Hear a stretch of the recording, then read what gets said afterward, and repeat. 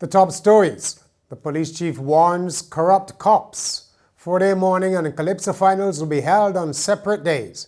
And another heavy defeat for the Windies. Welcome to Nation News for Wednesday, January the 28th, 2015.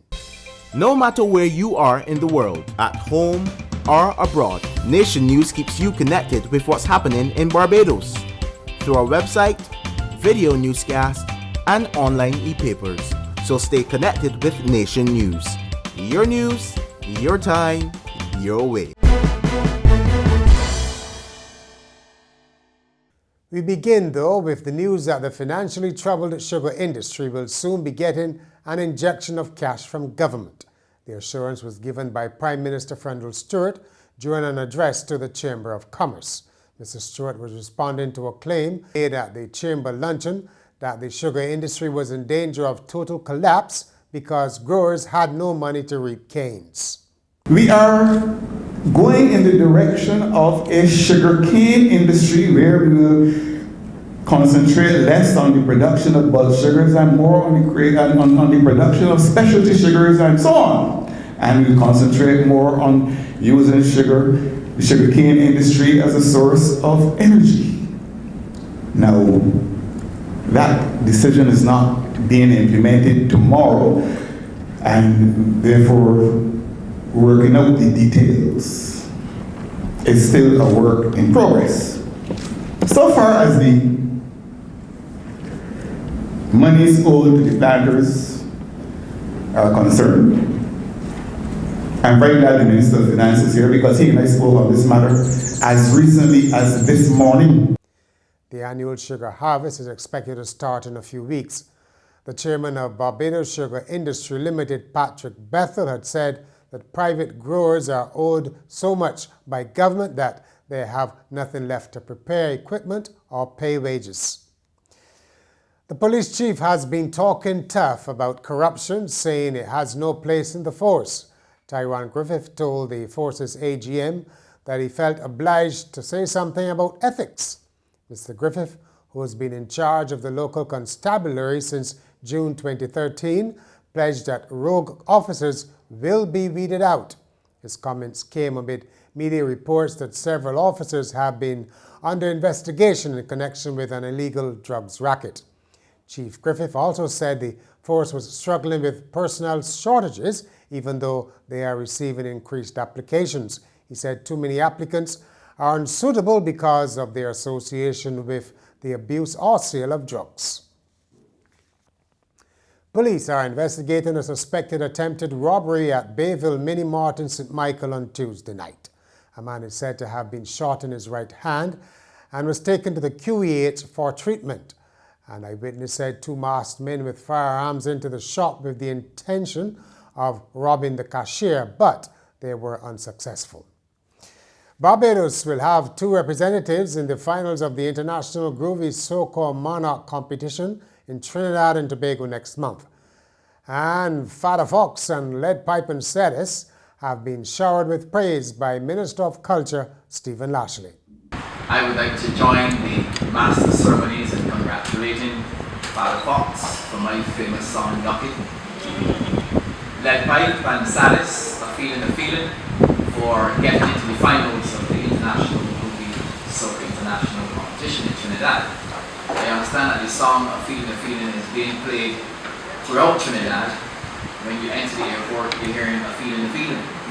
So I believe that that is a phenomenal development, not only for the artists involved, but for Barbados. And we should not underestimate the tremendous pull factor and the benefits that can be derived from our artists reaching these finals in the international competition. Most of them will, by so doing, certainly solidify their bookings for the rest of the year in major international markets.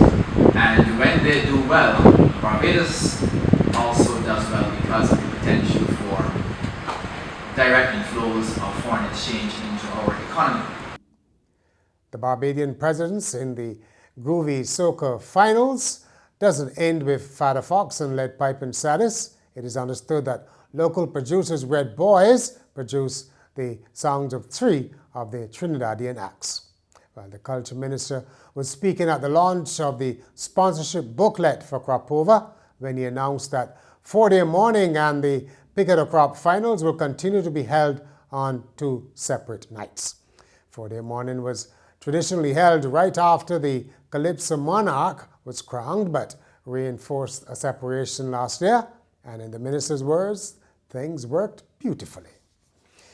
Despite budget cuts, the Ministry of Health will continue to subsidize the care of senior citizens in private facilities. This is according to Chief Medical Officer Dr. Joyce St. John, who said that just under $5 million was allocated to the program this financial year. Do realize that in a challenging economic climate, there is always the temptation to take shortcuts. For example, in the food we provide to the elderly persons, in the environmental conditions we provide to the elderly patients, and even in the nursing care we provide. But I take this opportunity to state that the ministry will continue to advocate for optimal care. The elderly deserve it. Almost 24 police and Coast Guard officers of the member countries of the Barbados-based Regional Security System have concluded a 2-week seafarers course conducted by the British Royal Navy. Participants who completed the Maritime Tactical Planning and Navigation courses received their certificates at a passing out ceremony on the HMBS Pelican recently. Chief of Staff of the Defence Force, Colonel Alvin Quinton, said the training will improve the officers' ability to secure the Caribbean Sea. In sport, it was a sorry end to the West Indies tour of South Africa when they went down by 131 runs to lose the one-day international series 4-1. In a rain-shortened match, South Africa piled up a very impressive 361 for 5 in 42 overs.